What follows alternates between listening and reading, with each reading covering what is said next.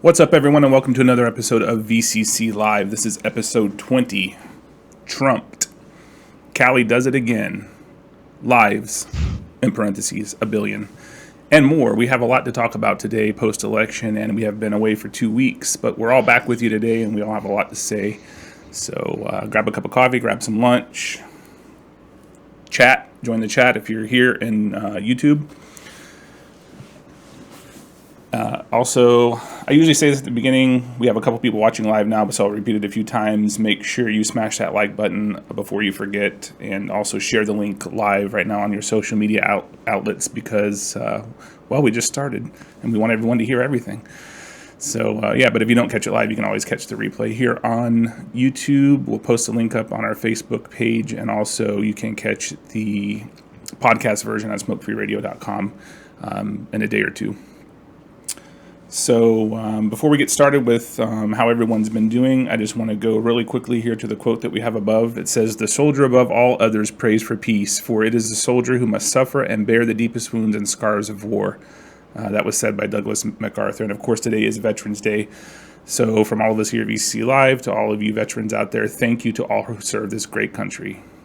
Without you, we couldn't have this free speech outlet and say what we want to say and criticize and praise and do the things that we do in the great United States of America. So thank you all very much. We do appreciate it deeply.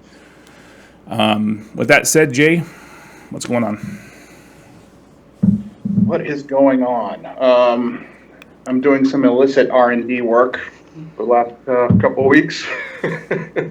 Way to keep it on the down low. Yeah, hey, whatever. But I also had a really good job interview. So that's why I don't give a shit about the R&D work I'm doing. Nice. So moving on, huh? We'll see. Nick, how are things? Next week may be my last show. I'll just throw that out there. Next week, maybe. Oh no, Jay. Yeah. I have a day for job. you. I think things would fall apart. Have to go away. You're going to have to tell your new job that you just going to have to go to work late on Friday. Yeah. Way more. This is way more important. There's just no way around it. Well, maybe I could call in once in a while, go into the parking lot in my car or something. We could change the format. We could change the time, too. If we can talk about it all later off camera. I'm sure that people are... No, let's talk about it. Let's talk it through right now. Well, Jay, here's my thought. No. Nick, how are things? What's going on with you, man? Oh, things are good, I guess. Things are busy. A lot of videos, a lot of podcasting. Business is way down. Prop 56 passed, but I'm drinking coffee out of a stormtrooper head, so things aren't that bad. And with that, Matt, try to top that. You got a stormtrooper head? Actually, I do, but I'm not drinking out of it right now. No, I have the... what's the black stormtrooper's name? I know you're going to make fun of me for not even... Darth Vader? Yeah, it's Darth Vader. It's Shadow like Troopers. Yeah, maybe it's a Shadow Trooper. It's not Darth Vader. It's the one that flies the special TIE fighter, right? Yeah, Are you talking about the TIE fighter pilots? They wear black. I think so. It looks like a stormtrooper, but it's like black. Yeah, that's a Shadow Trooper. They're live. So you guys, everyone learned something today. I haven't been on for about a month. I was out of town, and we were in England for 10 days, and then got sick, of course. Like our whole family got sick when we got back. Mm-hmm. So everybody's just finally getting over that. It was a bitch. Well, yeah, we've been out for a couple of weeks. So last week, Nick and I were both gone, couldn't do the show, even though Jay said that we should do it from the plane because we don't let them off the hook when they're traveling. But yeah, we didn't do that. So we have a lot to talk about. A lot's happened in the last couple of weeks. So we're going to start with the election. And I found this yesterday. I had seen it, and then I did a little quick Facebook Live on it as well. But I guess the Trump transition team has created a web portal or web space where people can go and tell their story of how do they want to make America great again or whatever. But I'll show you on the right monitor here, and we'll post a link in the description. Here's the link if you can read it. https://apply.ptt.gov/your-story. So here you can go and put your first and last name and email address, and then tell your story. Like, what do you want? What are some priorities for you, the president-elect's new constituents, I guess, or for the whole country? What do you want to do? And I think that this is a great opportunity for vapors to, if anyone reads this, which I'm hoping that they do, at least have staff monitoring this site and the responses to it. But if we can get thousands and thousands of people to, I don't have a template. I just kind of took a post that I had on Facebook, which kind of matched up with what I wanted to say, altered it and made it sound a little bit more professional, and then submitted it. But, definitely things that you want to cover in how do you want to make America great are to repeal the FDA deeming regulations, support the Cole-Bishop Amendment, make sure that it's included in the omnibus spending package that's coming up next month. Things like that. How vaping is, you as a consumer, how vaping has helped you get off of and stay off of combustible tobacco, and how the FDA deeming regulations are basically going to become a prohibition, not even a regulation, but a prohibition of an industry that was doing just fine before the government decided they were going to get their greedy little hands in the mix. So those are the kind of things that you want to be saying in this, tell a little bit about your story, but don't go on for paragraphs about it. Just, get the information out there and make sure that you clearly highlight that the FDA deeming regulations will kill the industry. Tens of thousands of small businesses will be put out of business. I don't even know how many thousands of people will lose their jobs, but above and beyond all that, it's going to hurt public health. So I don't know if you guys have seen this yet. Have any of you seen this page, or have you submitted a comment? I didn't know. I didn't know anything about it. Yeah, I heard about it, but I haven't done it yet. Yes, I saw your video. Thank you, Jay. That hits me here. So that's good. We need to share it. And what do you guys think? Do you think it's going to have an impact? Do you think they're actually looking at these and monitoring these? I don't really know how. I'm gonna say it's a big I don't know, but this is our first best chance at actually getting the ear of the president.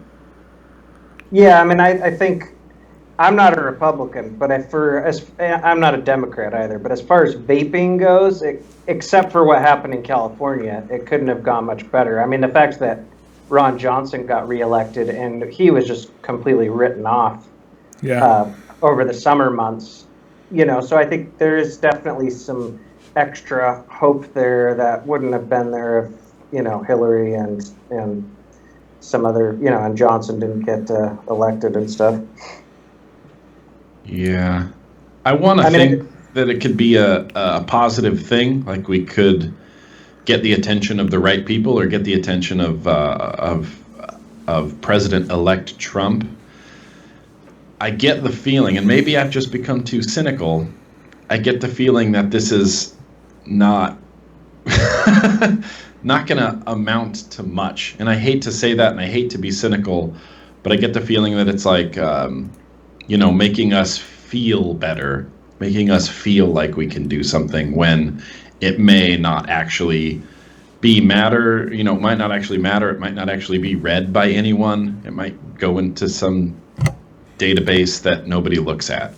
Yeah, and that's always a possibility. However, for the 30 seconds it takes to do it, I don't think it's going to really put any vapors out too much. And I think we have a better chance of catching their attention to the transition team, or even if it's a low-level person who's just scanning through, if they see vaping, FDA deeming, they might say, wait a minute, something's up here. Because their slate is relatively clean right now. So if we can make a small dent now, it's definitely possible that we'll actually raise some eyebrows and say, hey, maybe this is something we should look at. Trump has been saying that we have too many regulations. This is a prime example of that. So yeah, and I'm not one, as everyone knows, I've said in the past, I don't think petitions do a whole lot of good. I don't think forum things do a whole lot of good. But when you have someone who is coming in with a fairly, I think he does have an agenda of things he wants to accomplish, especially in the first 100 days. But I think that when you have someone that doesn't that ask for it. They ask for this mass solicitation of input. It's not something that we're just collecting and saying, here, take this. They asked for it. So I don't know how much of a chance it has of actually making a difference, but it's a very low cost benefit. There's a very low cost for people to do this. It's free. I mean, not no cost, but you know what I mean? It's free and it only takes 30 seconds. So right. Yeah, can't hurt. I'm a cynic too, but I think even outside of this, I mean, maybe doing this won't matter, but yeah, like Kevin said, it's 30 seconds. But I think that the way things are trending looks good. Like, it gives us some hope. For example, a lot of people in the Heritage Foundation are now helping Trump with his transition team and things like that. I believe the Heritage Foundation has said multiple pro-vaping things in the past, if you Google it.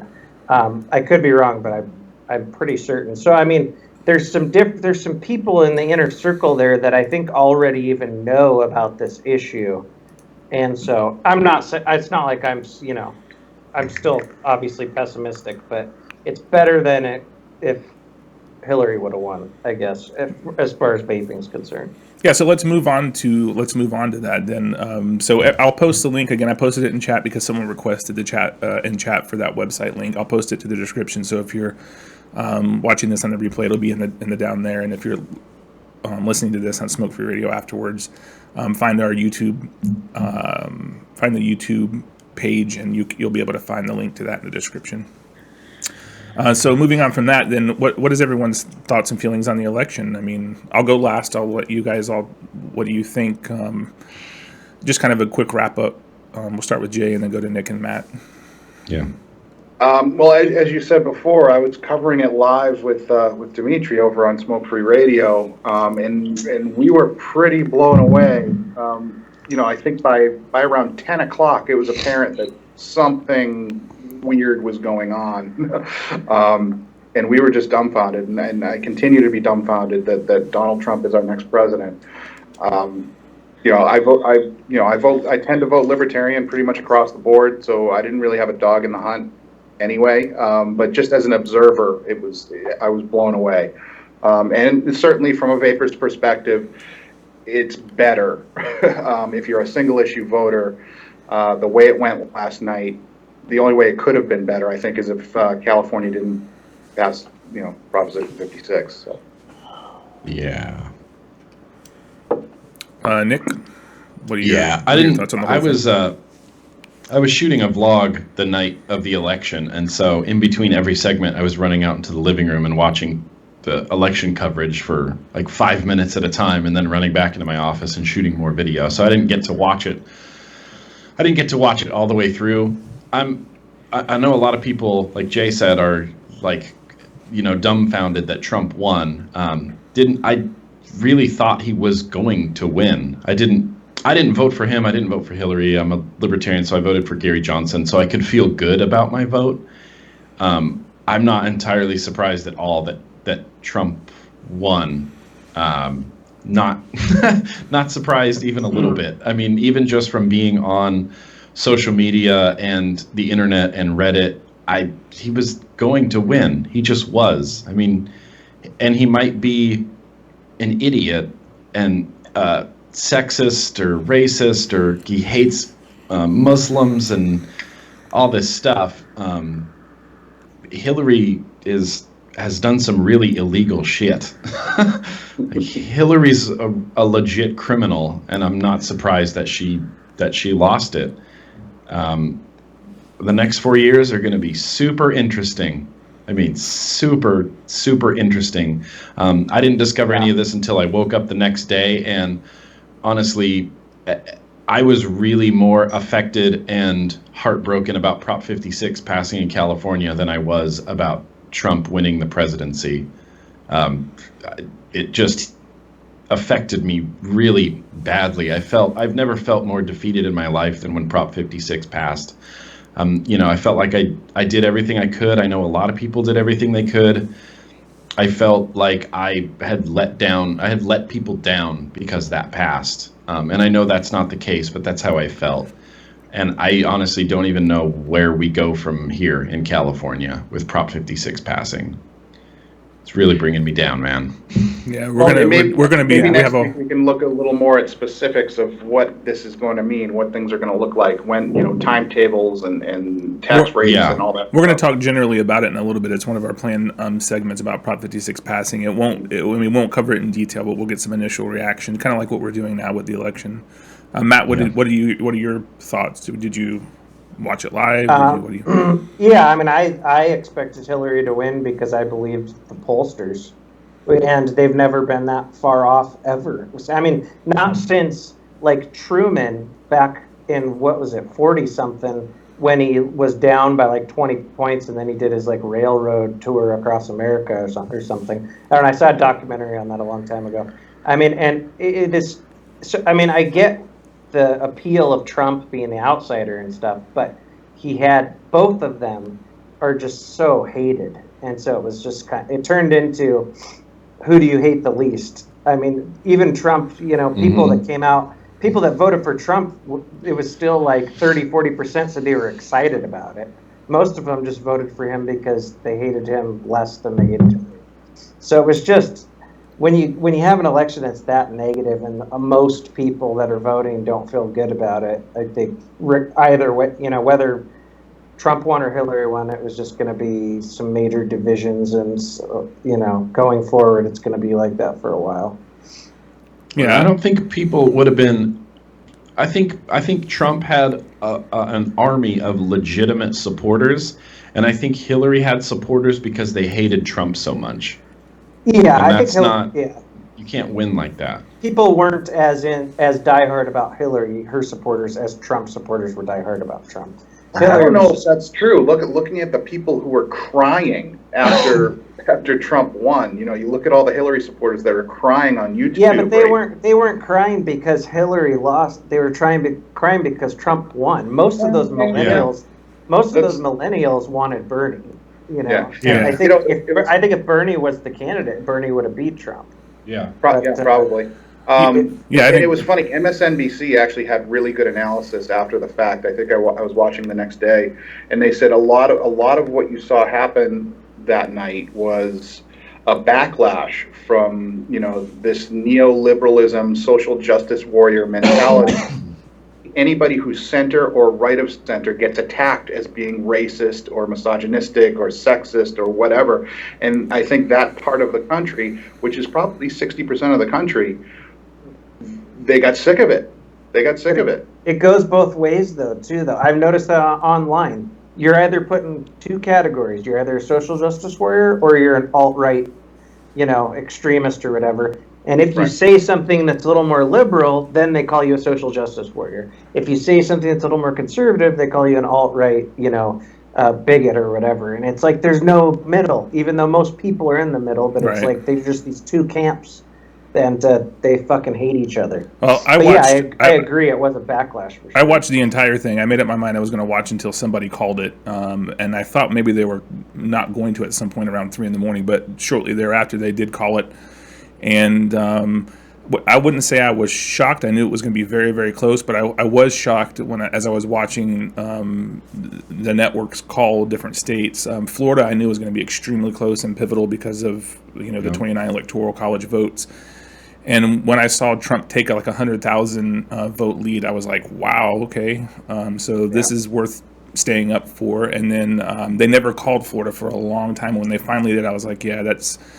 At the time they called Florida, it was around the same time they were getting ready to call North Carolina, which completely shocked me as well. And then Wisconsin and Michigan, I was like, mind blowing. I can't believe. And Ohio, yeah. So as I was watching it live, it was like I couldn't, bail at that point. I wanted to see them call it. And when he reached 274, I was like, wow, this is. I keep hearing people say it's such a historic event. It's not a historic event. We have elections every 4 years for president. I don't know why they think is so historic about it. It's not the first time we've done this. It's the first president that's never been in politics. He's never been in military or politics before. But and I don't think we've ever. The Simpsons predicted it. It's pretty fucking weird. It is. I just don't. None of those are prerequisites for being president of the United States. We've had a lot of presidents who never served in the military, and then they moved to the highest. The president of the United States hasn't. You can't be a buffoon. Yeah. That's the thing. Yeah. 20 years ago, people Trump or would have gotten away you with have what to admit he's a buffoon. Well, I think that the media made him out to be. I mean, he's obviously not a buffoon. You can't be a buffoon and have a $4+ billion business You can empire. when you've got daddy's money. shit Yeah, but that comes out of that guy's mouth. And Yeah, I know. I'm not offended by that personally, but the fact that Yeah. he is not able to hold it in when he's running for president it Right. is pretty idiotic. Well, I think after, and I watched again, stayed up and watched it live. I watched his acceptance speech, and I think there was a moment during the night when he realized he was going to win. It's something that you are striving for 2 years, and I can't imagine the amount of work that goes into campaigning for president of the United States. But I think that there was probably a moment of clarity in his mind, or I can't imagine anyone who just has that realization that I'm about to be the president of the United States. I'm about to do what I actually thought I could do. Oh, I'm sure it scared And him for a couple minutes. I think oh the my God, levity did of I that just and the do that? gravity This was of a that. big troll. Yeah, I think the gravity of that sinks in, and I think all the bullshit that you've been spewing for 2 years goes out the window. I really do think that it changes a person to their core, and he actually realizes, I think, after watching his acceptance speech, that he has a chance to do something good for the United States of America and make his mark on history, other than just being rich and being a talk show host and stuff like that. I think he actually understands and captures that. And one of the things that I think is the biggest win for vapors, because I became a single issue voter this election. Never in my life have I ever been a single issue voter. I looked at candidates, and I am a conservative, and I would vote party lines based on what I saw. I do not like Trump. I've said this before. Personally, I don't like some of his ideas, and he was a Democrat for most of his life, so he's pretty socially moderate. I don't know where people are getting all this stuff about, Oh yeah, doesn't like he's gays not a and stuff like that. He was at a rally the week before the election in Colorado, holding up an LGBT flag, and I think he's a fairly social moderate. And we'll have to see what happens. Just like everyone else, we're going to be waiting and seeing what happens over the coming months. But the biggest win for the vapors, to get back to that, is he is anti-government regulation. What is killing our industry right now? Government regulation, the FDA deeming regulations. And even though the FDA deeming regulations were not done by an executive order from Obama sat back and let it happen, and he could have intervened and done something about it. He could have intervened and told the FDA, "You're not going to kill tens of thousands of American businesses that are employing hundreds of thousands of American workers." He did nothing, and I just don't think that that's going to be the stance of a And I have this in the notes, and I mistakenly posted the other day because I was watching one of the news networks, and they said that the first time since 1926 that there's been a Republican-controlled Congress and a White House. That's obviously not true, which didn't click in my brain because Bush had a 2-year term. 2 years of part of his term where it was controlled. So it's the second time since the 20s where there's been Republican-controlled Congress and presidency. And what does that mean for vaping? Besides everything else that everyone wants to talk about might happen and what Trump might do, what does that mean for vaping in business and small business in the United States? And again, I have my thoughts and opinions, but we'll go around and what do you think it means, Jay? What do you think is going to happen? What do you think is good for us? I talked a little bit about this the other night, but the one thing the presidency can do is rein in the fourth branch of government, which is the regulatory administrative section of government. So I'm hopeful that he will be able to rein in the FDA, and some of these other alphabet agencies, just through funding tactics, that kind of thing, and obviously political assignments, that kind of stuff. I'm hopeful that he can at least change their prerogatives to take some of the weight off of us. I am hopeful. I'm hopeful. I'm not convinced. Relatively neutral on whether I think it will happen or not, but I am hopeful. What do you think? I think it'll be interesting to see what happens for sure. There's more hope than we would have had, like I said, if Hillary got elected. But I don't like. I mean, the FDA people that he can hire and fire them, right? So couldn't the president go in there and clean house? Yeah, absolutely. Which he might very well do. And that would obviously, make things interesting. I mean, you would think that he's not going to be very fond of the regulation that's passed. I would hope that he replaces Mitch Zeller with somebody who wasn't a former pharmaceutical executive or lobbyist. Yeah, sure. Yeah. I think it's the best chance we've ever had, ever. Vaping in America has only existed under the Obama administration.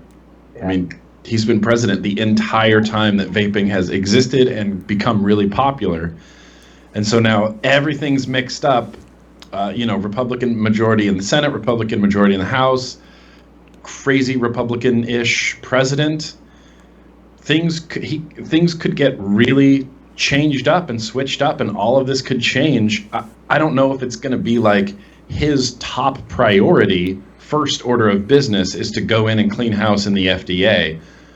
But I think it could happen, and I think with Republican majorities, we have a way better shot of getting Cole Bishop through. I think we have the best shot we've ever had of changing the deeming regs. Cole Bishop will be, if it doesn't get in by December, and the new Congress won't be installed in the president until after. So we're going to have to go with what we got with Cole Bishop. But I think our best chance, and I heard someone mention like who the prospective cabinet members might be, and I think one of them brought up was Dr. Ben Carson. I think he's a doctor, right? Ben Carson, anyway. And I'm pretty sure that he was at one of the bus tour things, events, or screening of A Billion Lives. I saw him somewhere at something, so he obviously knows what vaping is. Yeah, he was at the A Billion Lives. I believe. A Billion Lives premiere, that's right. So if Ben Carson is, for instance, posted to Secretary of Health and Human Services, I think that would have an immediate impact on what the FDA is doing to vaping, to the e-cig industry. So that would have obviously went the opposite direction had Hillary won. I think it'll also be interesting to see if Ron Johnson goes forward with his hearings now that he's reelected as well. Yeah, I mean, did you guys see the video clip that I shared the other day? I don't know if you guys saw it otherwhere, but Ron Johnson's holding up a vaping thing and thanking vapors because he couldn't have done it without the vaping community support. That is probably the biggest win, even beyond President Trump, and we're all talking about President Trump and the administration and stuff like that. Having someone like Senator Ron Johnson get reelected and publicly acknowledging that the vaping community was an aspect of that is enormous for us. Like, that can't be overstated. Yeah. Now, and people in chat are bringing up Mike Pence and the fact that he's he was part of the whole shithole. Right. So actually, that was my the next point that I had was, how does Pence play into it? And so let's talk about that for a second. The vice president pretty much does nothing. He presides over the Senate in the case of a tie, but other than that, he's there in case the president dies to take over as president. Yep, that's good. For everyone saying Mike Pence is an asshole. Mike Pence is an asshole. He pretty much killed vaping in Indiana. Yeah. I don't think he gives two shits about vaping. I think he's there for his own personal agenda. However, what has Biden done over the last 8 years, other than say stupid things? Nothing. He has done nothing at all. Pence is he's a non-factor. I don't even think we'll see Pence in the media. The thing is, sorry, go ahead. Mike Pence, I don't think Mike Pence is anti-vaping. I think he's just very pro-tobacco. The last public statement he made on cigarettes and tobacco was something along the lines of tobacco isn't harmful to people. And he gave all these stats about like how 9 out of 10 smokers never get lung cancer, and how he doesn't think smoking is as harmful as everybody's saying it is. Yeah, I read that. He's clearly crazy and wrong. It's all about the Benjamins. Anti-vape, because if he thinks that about cigarettes, why would he think the opposite about vaping? Why would he think vaping is more harmful than cigarettes if he thinks cigarettes are not harmful? Does that make sense? Yeah. So I don't think he doesn't give a shit either way about vaping or smoking. He cares about money. He doesn't care. And actually, I think the best place he could have been put in this circumstance would be vice president, because he's going to be, his hands are tied. He can't do shit in Indiana anymore, and he has no power federally. So I really don't think it's a huge deal. I truly don't. By the way, for everyone watching live now, we're up to 61, I think, watching now, but only 13 likes. We have a dislike. I don't know which one of you guys disliked this already. That was me. Sorry. Oh, way to go, Nick.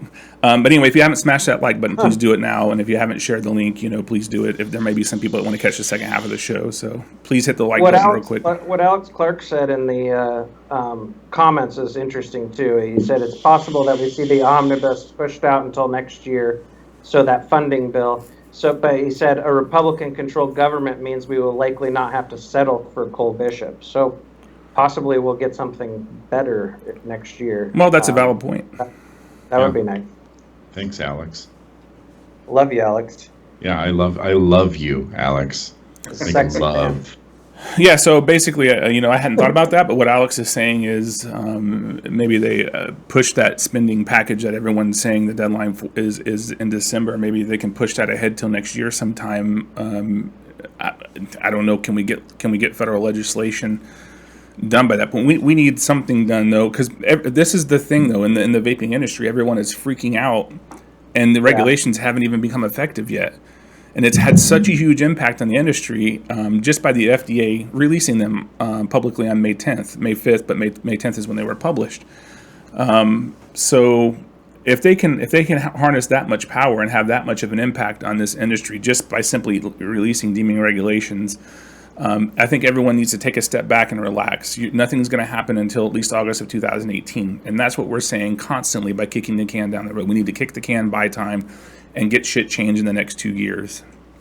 It's just like other markets. Anytime there's some unknowns in a market, everyone freaks, and right. that's what it's done. I mean, there's a lot of people that are closing doors before they even have to. That's ridiculous. But go ahead. If you're freaking out so much that you feel like you need to close your business, then at the end of it, when we're still standing, there'll be less competition. Go for it.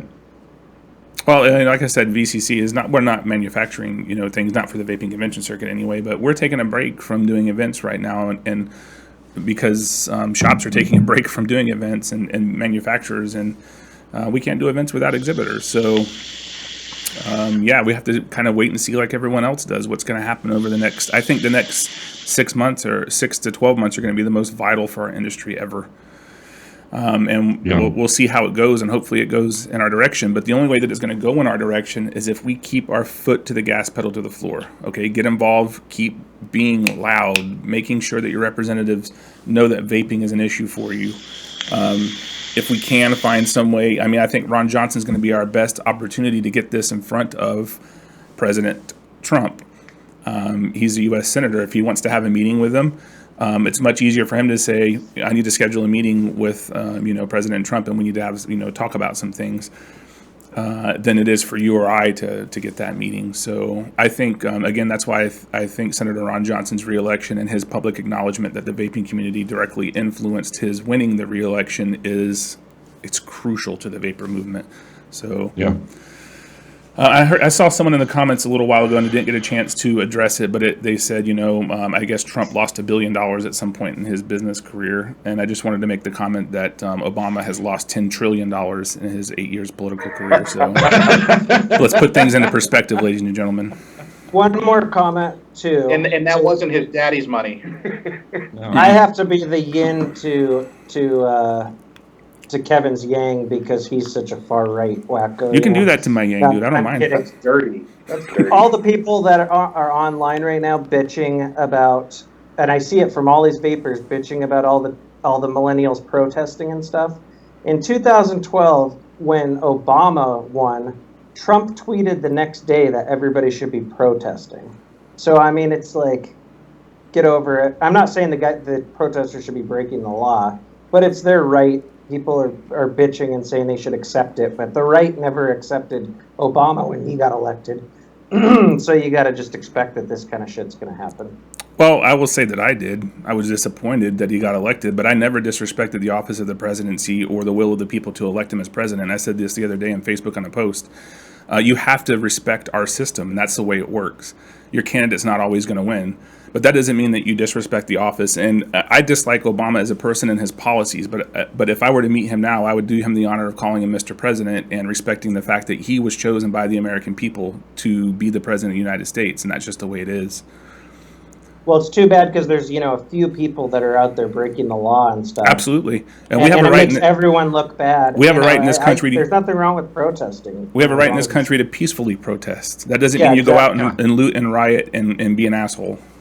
Or block the fucking 101 freeway in Southern California for 4 hours. Exactly. People are trying to get home. Unbelievable. In a state where Hillary won. Yeah. I think if anyone in this country ever wants to protest, they need to research and find out about Martin Luther King Jr. Because his way of protesting was the right way of protesting, and it was the most effective way of protesting in history, giving civil liberties changed in this country for African Americans, and he always proclaimed nonviolent, peaceful protesting, and it works.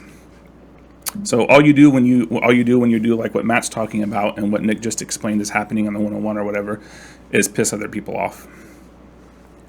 Yep. So we've talked about a lot of things already. Unless anyone has any comments really quickly here. Again, if you haven't hit that like button, please do so really quickly here while I'm thinking about it. Any comments that you guys are seeing? I haven't looked in the last few minutes, but anything before we move on about the election, about Trump, about Pence, anything? Any questions you guys might want us to address? No, I didn't see any.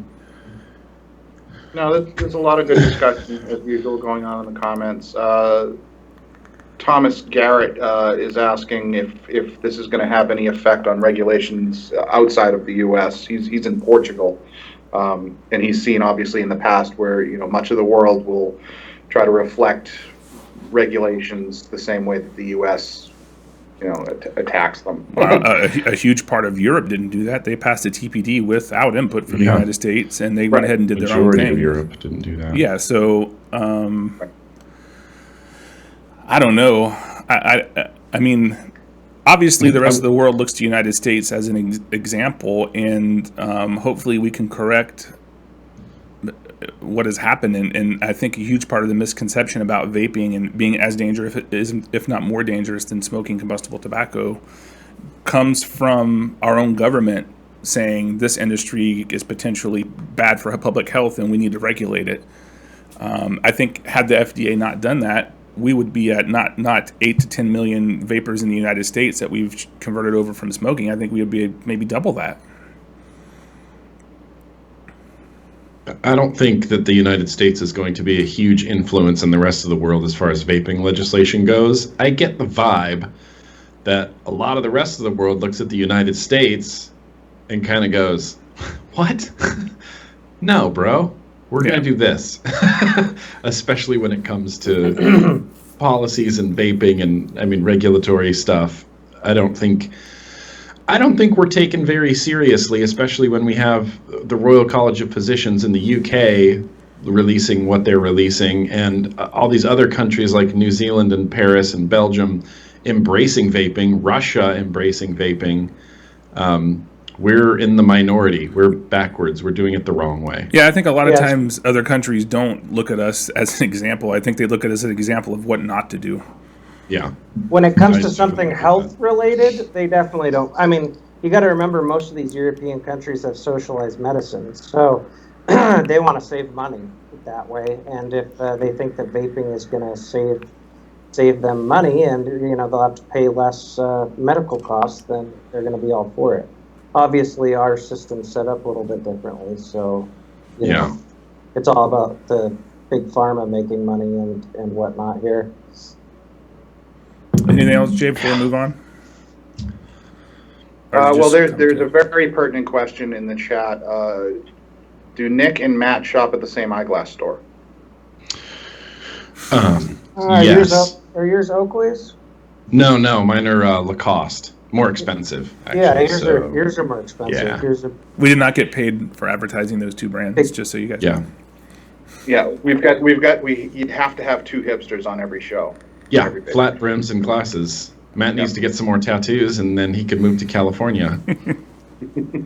I need to grow a better beard too. No, beards aren't. Hey, Is that what? out? Hey, Is what? that Aren't out a- Cali now? I'm growing No, mine. It's yeah. no Going shave the way of a November. I'm man going to get bun. one of those down to here type of beards. I've never done it in my life. I want to see what it looks like. We're going Do to it. try it. You'll look like a lot of other people with big beards right now. But they don't look like me. All right, so we're going to move forward, and we have, let's see, how much time do we have left? About 20 minutes. We can go over if we need to because there's a lot to talk about. We covered Proposition Excuse 56. me, you don't know my schedule. You can dip anytime you want to, Queen J. Diva. So Proposition 56, let's talk about that for a few minutes. And you know, like Nick said, he was even more depressed about that passing than, or shocked or surprised about that passing than he was about Trump winning the presidency. So, Nick, you're in California. Yeah. Let's hear what you got to say about that. Yeah, it sucks, man. It passed, I would almost say by a landslide. It An was overwhelming majority. It was like 67% voted yes.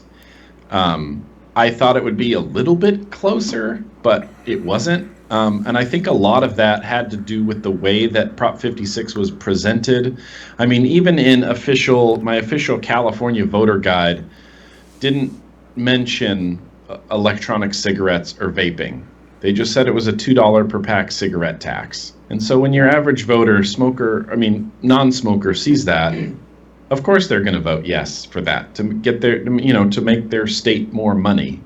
It wasn't very well described at all, and it's really heartbreaking to see this happen. And now that we're tobacco in California, retroactively, the other tobacco tax propositions, Proposition 10 and Proposition 90, I think, retroactively apply to vapor products. So in addition to Prop 56, we have these previous tobacco taxes that are also retroactively going to apply. And I've heard all sorts of things, anywhere from it's going to be a 70% tax, it's going to be a 60% tax, and other people are saying, no, it's going to be a flat dollar amount. Other people are saying that the tax is going to be based on how much nicotine is in the e-liquids. So 0 milligram juices could be exempt. 3 milligram would be taxed lower than 6, which would be taxed lower than 12. That kind of makes sense. Really, we don't know exactly what it's going to look like. There was a Reddit post yesterday from a company called Blue Dot Vapors, which I had never heard of, and we just talked about this on the podcast as well. But they were basically saying the same thing, like, we don't know what this looks like. It goes into effect in April. Blue Dot Vapors has actually hired the same law firm that we're using with the FDA, Keller and Heckman, to look into what can be done with Prop 56. He said that there even could go so far as to have a lawsuit against California regarding vaping not being a tobacco product, because, it's not, and there's no tobacco in it. So, I mean, that's going to be another expensive thing that would require all of the manufacturers, all of the shops, all of the distributors in California to actually band together, which is going to be probably the most difficult thing, because in California, a lot of companies like to have beef with each other. So hopefully we can come together, get a plan, figure out what this is actually going to look like, how it's going to affect the business in California, businesses outside of California. I mean, traditionally, California sets something and other states follow suit. So I wouldn't be surprised if surrounding states start adopting what California has done with vaping and the vapor industry. Yeah. Go ahead, Matt. I was just going to say, it was very sneaky the way they did it. I just think any time they lump vaping in with cigarettes on a bill like that, it's going to be a loss for us. Well, that's what I want to talk about. Me, before I was a vapor or anything, I probably would have voted for it too. Like, oh, it's a good thing. It's and most people, if they would have separated the two, it probably would have been a different story. So I don't think rehashing history is necessarily a good thing, but you can learn from history. And let's go back and look at how we got to Proposition 56. Vaping was included as a tobacco product within the last year and a half, and it was all at the urging of Senator Leno, correct? So Senator Leno had this bill, and it was in the open session, and vapors were against it, and the vaping industry actually was able to prevent it from going through. Immediately following that, I saw all over social media memes with Leno in them, very negative, go home, bitch, stuff like that. I don't know, it was a lot of different negative things. And I said at the time, you have to win gracefully, but you also have to lose gracefully. You can't rub shit like that in people's face, because what happened was, I think it makes them dig their feet in the sand even more adamant to oppose your cause. And that's exactly what happened in California. He somehow got it to come back through a special session, which was not open to public commentary, and they passed it, and vaping became a tobacco product. Fast forward to Proposition 56, where they're raising taxes on tobacco products, and now look what you have, vapor products included in that. And it's gonna even further damage the industry in California. So I think it should be a lesson to every vapor out there and every advocate out there, that you want to make. You can hate these people's guts because for what they're trying to do, and what they're trying to do may be wrong.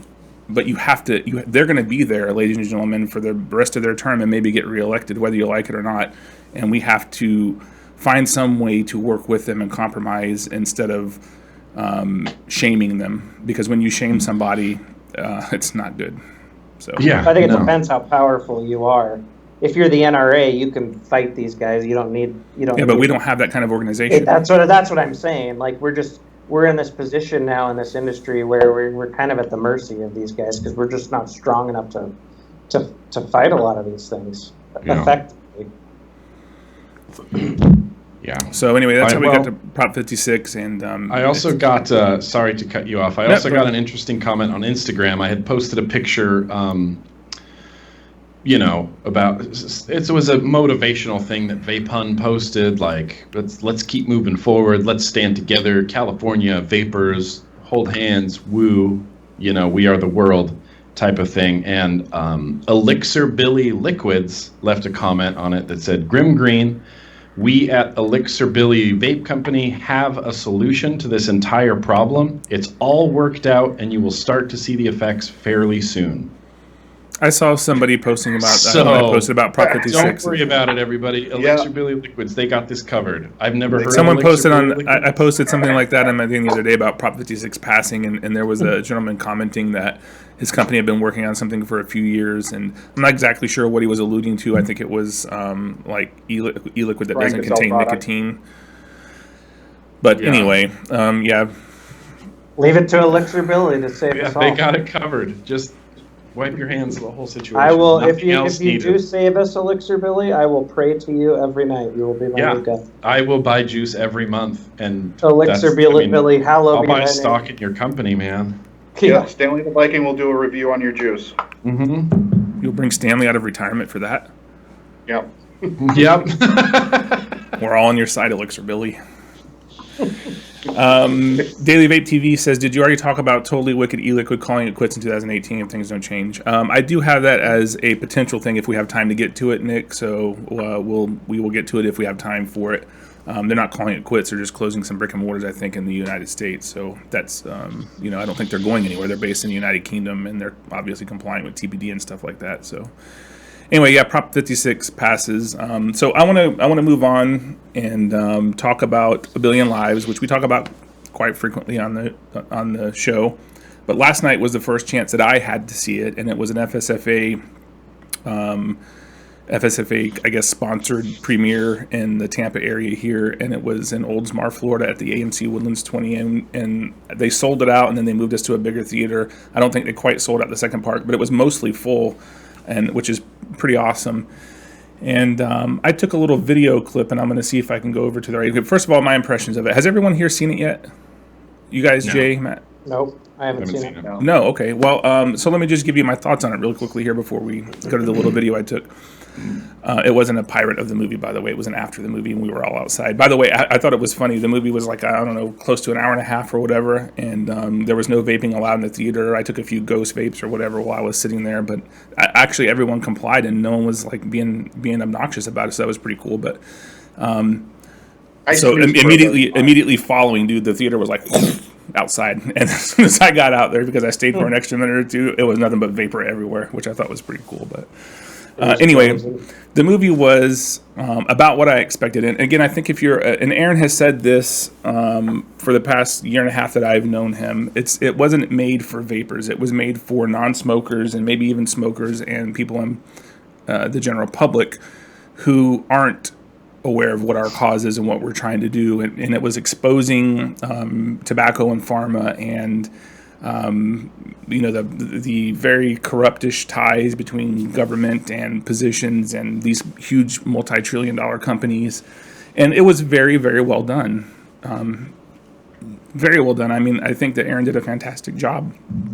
And I think that, and again, I made this a comment before to all the people that were in the theater before the movie started, that if they like what they see in the film, to find the trailer on YouTube and share the trailer and tag 10 people who have absolutely nothing to do with vaping, people in their friends list who are, not even smokers or vapors, but those are the people who we need to see this film. It's not, vapors absolutely should watch it and gather some information on it, and you'll get some history and how we got to this point. But that's not the target audience. And I think, if everyone that's watching this or listening to the replay would take a minute to do that, just go find the trailer on YouTube and share that on your social media and tag 10 people in your friends list from the general public who aren't vapors or aren't smokers or don't know what's going on behind the scenes that's controlling our lives in this industry. So, it was very well done. And I have a little snippet here that I'll see if I can pull up. I took this little video outside the theater last night, so let me go over to the right monitor real quick. I don't know if you guys watch VCCLive. We do it Fridays at noon, live on YouTube.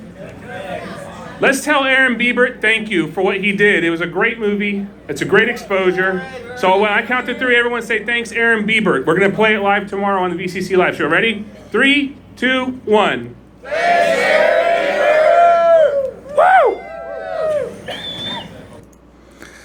So that was just a little thank you that we did for Aaron, and I don't think everyone really understands or comprehends the amount of work and time that Aaron put into doing this movie. He's not a smoker, he's not a vapor. It took a lot of time away from his family, and I hope everyone, every vapor appreciates and understands that, and maybe finds Aaron on Facebook or something and gives him a quick thank you for what he did, and for the movie that he created, and for the amount of research and time it took for him to do that. So, Aaron, I don't know if you watched the VCCLives. I'll tag you when I share it, but thank you very much, man. We definitely appreciate it. Yes. Hallelujah. Can I get a amen? All right, so I guess we have a few minutes left. Actually, we'll let Nick talk for a second about where he was last week and how that went. Oh yeah, last weekend was VaporCon East. It was the last VaporCon East. At least we might do VaporCon West next year, but the chances of that are looking slimmer and slimmer. But VaporCon, it was great. VaporCon has never been a trade show. It's never been about the vendors. It's always, since its inception back in 2011, it's always been about friendship and seeing people that you don't get to see very often and hanging out and, fellowship. It's about a meet. I shot a bunch of video there, and I decided, instead of doing like a travel vlog, what I'm going to do is use this footage and some interviews I got to make like a documentary about the event. I helped start it back in 2011, me and a few other guys, and we had a very specific vision for how we wanted it to be. And over the last however many 5 years, it never strayed from that vision. It never became a trade show. There was never trick comps or cloud comps or models or loud dubstep music or team free shit or any of that. It's always been about the people and friendships and making those connections with fellow vapors and hanging out with your friends. And so it's a personal thing for me. It's a personal story. And so I thought, rather than just do a travel vlog, that I'm going to attempt to do sort of a documentary about the event, why it started, why it is the way it is, and why it stayed the way it is. And this last year, it was no different. It felt like the very first VaporCon. There was 8 or 9 vendors there, and they all did really well. People were buying stuff. There was a huge area in the middle of just tables and chairs, and people would show up when the doors opened and just sit down and vape and hang out and eat lunch and drink beers and hang out with their friends. Both days, people were there, and it didn't feel, I mean, it felt sad because it was the last one. And can you tell us why? Why is it the last one? It's just the last one just because of the way that the industry is right now. I'm convinced that we could do another VaporCon meet and have no vendors there, and people would still show up to hang out with their friends. It's just the last one because things are so uncertain, because the market's so volatile. It feels unfair to ask people to spend the money to fly across country to hang out with their friends. And it's just, I mean, you know more than anybody else here that organizing an event is a lot of work, and it's a lot of, you know, successes and letdowns, and, you know, the uncertainty of how many people are going to attend, how many vendors. I mean, VaporCon East this year had something like 17 vendors drop out. That's why there were 8 vendors there. But we made it work, and we all hung out, and, you know, the vendors that were there did really well. I mean, how was the turnout how was the turnout? Was it pretty decent? I mean, compared to years past. It was fine. There was probably, I don't know, 400 or 500 people there, maybe less. And is that typical for a VaporCon East? I didn't go to last year's VaporCon East, but evidently last year's VaporCon East the room was at capacity, and people had to wait outside until somebody left so that they could go inside. Wow. It was the biggest one. And this year was probably on par with about how it was in 2011. Gotcha. Like full-ish, but still a lower attendance. And that's fine. Yeah. You know, I went around, I talked to some vendors, I tried some great liquids, but mostly I was there just to hang out with my friends. And I think that was the vibe, that a lot of people were there just to hang out with their friends. Because more than any other event I've attended, VaporCon is the same people over and over and over and over and over again. Sometimes general public, more people show up, sometimes they don't, but it's always this core group of a large group of people, and it's very much like a vape meet. You know, there was a time in the vape world when vape events and trade shows were not a thing. Mm-hmm. Small groups of local vapors, 10, 15 people, would meet every month just to hang out, just to meet. And that's what VaporCon has kind of always been more about, and it was great. I had a really great time, and I hope that I can edit together something that looks like a documentary. I've never done it before, so hopefully it's not really lame, because I would like to do... Free on YouTube? Yeah, it's gonna be... No, yeah, it's gonna be in the theaters. No, it's gonna be, obviously it's gonna be free on my YouTube. I hope I can do the event justice, because it's a great meet with really great people. And like I said, when we started it in 2011, we had a very specific vision for it, and we kept that going until the very end. I mean, right up until the very end.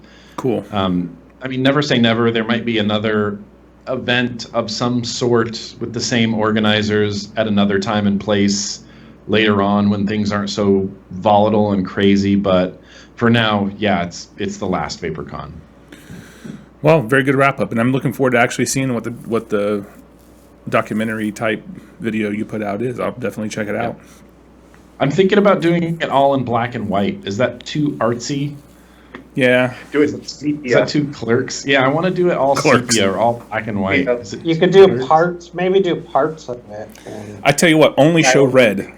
Only show red. Everything black and white, but only show the reds that show up. That'd be pretty badass. Okay. Very Quentin Tarantino. That would Yeah. be Also difficult, but yes. No mountain is too high. No challenge Yeah. too big.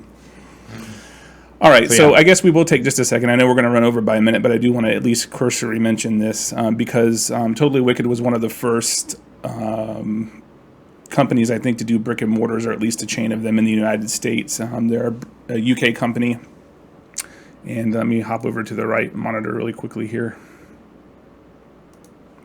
So actually, Mogli Vapes, Mogli, I don't know how you say that, Jay, maybe. Yeah.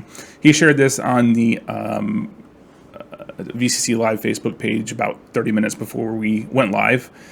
And the way that they titled it from Totally Wicked is FDA to shut down Totally Wicked. Totally Wicked, the Bradenton, Florida-based electronic cigarette and e-liquid company, has decided it is time that the vaping industry and its customers understand the reality facing them all. And again, just before I continue this, we talked about it very briefly before we started the show. And as Nick and Matt were saying, and Jay were saying, why would we even mention this? They're not the only they're not the only brick and mortars having to close down because of regulations. And I agree with that. But I think Totally Wicked being one of the first to set up brick and mortars in the United States, I think what they're trying to do with this is make a statement. And if they have a lot of followers and maybe they can get some media attention from this. But anyway, I'll continue on with what it says. Totally Wicked arrived in the USA in 2008 and established the very first American brick and mortar vape shop. Since then, we have built up a credible business with a proud history of standing up for vapors' rights. We challenged the FDA in 2010 when it was illegally impounding our goods, and in Europe in 2015, we challenged the EU Tobacco Products Directive.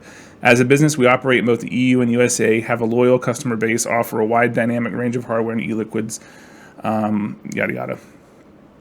However, it is clearly not enough for the FDA as they actively shut down this vibrant industry. With a stroke of a pen, the FDA is demanding fantastically unrealistic pre-market tobacco authorizations for a product that contains no tobacco at a cost that is prohibitive to all but the tobacco giants and bears no relations to the product's risk or indeed its remarkable potential when compared to the raging tobacco epidemic.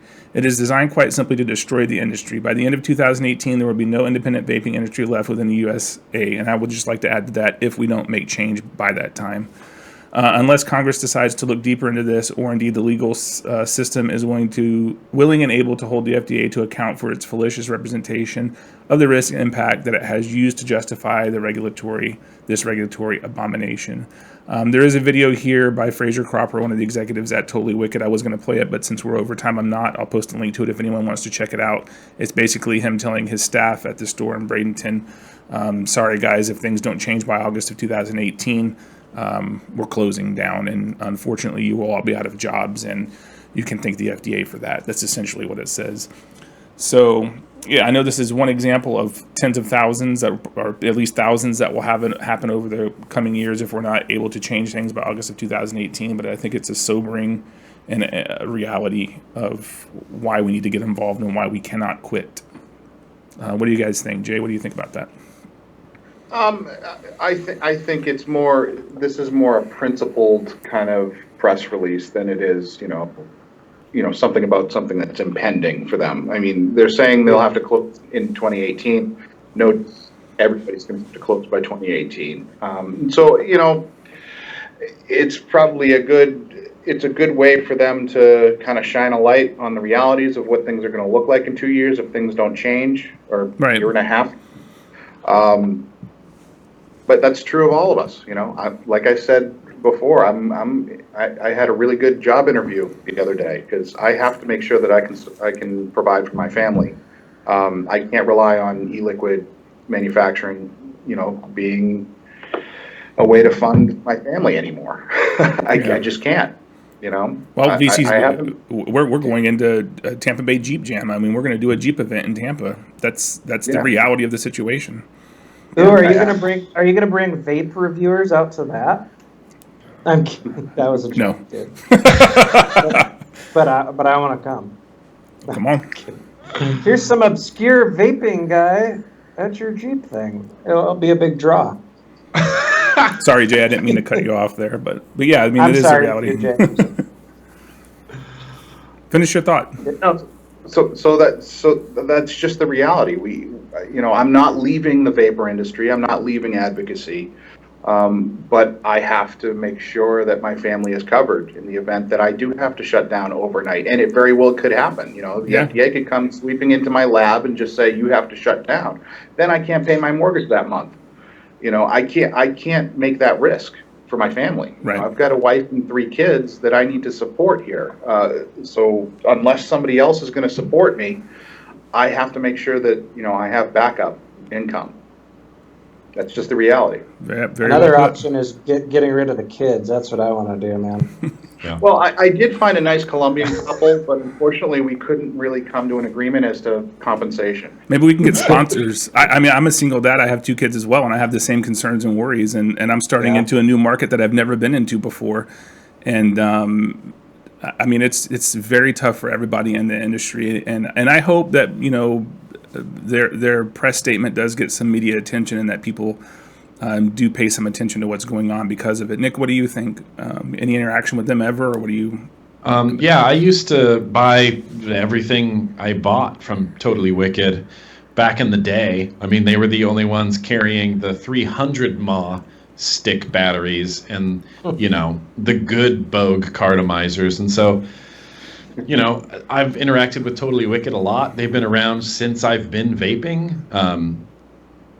I like Jay said, that's just the reality. Every vape company in America could release that exact same press statement. Of course, if things don't change in 2 years, they will be shutting down. I can say the same thing for Namber Juice. If things don't change within 2 years, Namber Juice would be shutting down. That's just reality. I'm glad they did it because, like you said, Kevin, maybe it'll, you know, maybe people will notice it. Maybe someone important will see it and notice it, and it'll get more attention to, you know, our plight and our cause. So, Well, honestly, that could be what they were going for. I hope it inspires other companies to do it. I mean, can you imagine if there were 10,000 of these press releases from every vape company that was going to be shut down? Again, numbers have an impact. So maybe there'll be a leader in this, and maybe other brick and mortars will say a similar tune and release it to their local press, and maybe that gets picked up by the AP and sheds a light on it. So for that, I applaud them for doing it for sure. Yeah. I don't think their story is any different than anyone else's, like you guys have all said, but if it inspires other shops to tell their story and release press releases and get stuff printed in media, then it's a good thing for us. So. Yes. All right, any closing thoughts?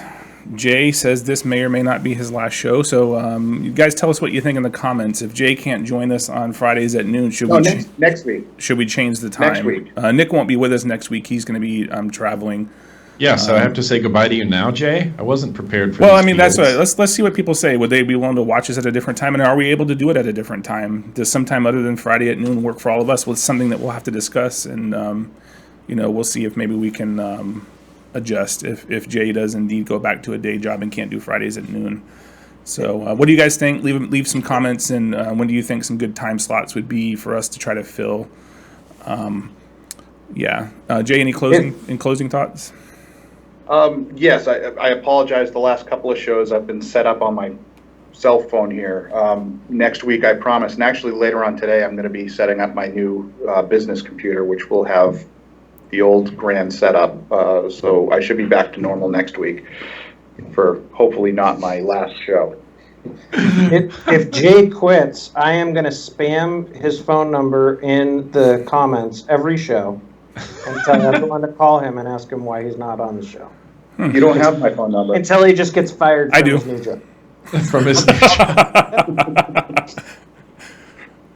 Well, if he's drinking, I'll be knocking on your door to pay my mortgage. No, he's trying to get rid of his own kid. Maybe he can take your 3 kids, Jay. Oh, that's right. Yeah. $39.95 a piece. Mitch Low said in the MOQ. chat, we could replace Jay with rip trippers. So Oh, that's a viable option. he said you're number 1. Any closing thoughts, Nick? No, I don't have anything. It's been a crazy week, man. It's Yeah. been a really crazy week, and it's hard to feel this defeated and remain positive, but I'm trying my best. I think we all need to try our best to remain positive. Things could change.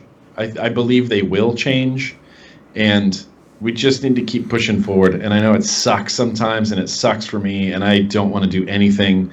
I don't want to shoot video today, but I am, because I believe in vaping, and we need to grow our industry. Yeah. If I'm going to be a little bit self-serving, we're having a Veterans Day sale all weekend over at Namber Juice, 25% off site-wide.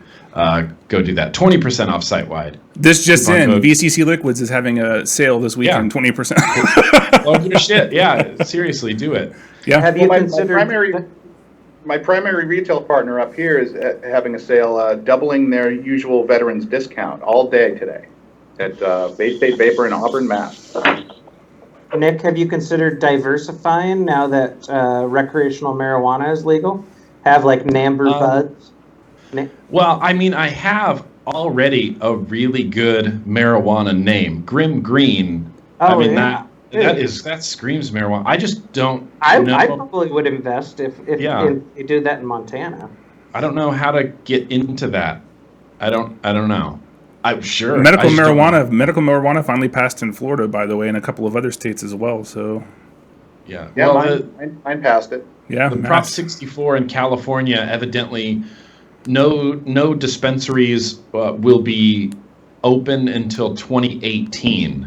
Oh, So you got some time. So I guess I got some time. It I could guess- work out really well with the end of vaping in 2018. I can just transition. no. When It's I a think gold positive, rush, it won't be man. the I end know of a few vaping. people that opened up shops in Washington, and it's nuts. It's Yeah, there's been people in California that have had shops all built out, all ready to go, just sitting there, not open for like the last year, just waiting for waiting this to for it. happen, so that when they can open, they're going to open the day that it goes through. Yeah. Well, for all the people out there that have post-election stress disorder, at least you can go get high now. It's a medical condition. I'm Yeah. sure that'll be recognized.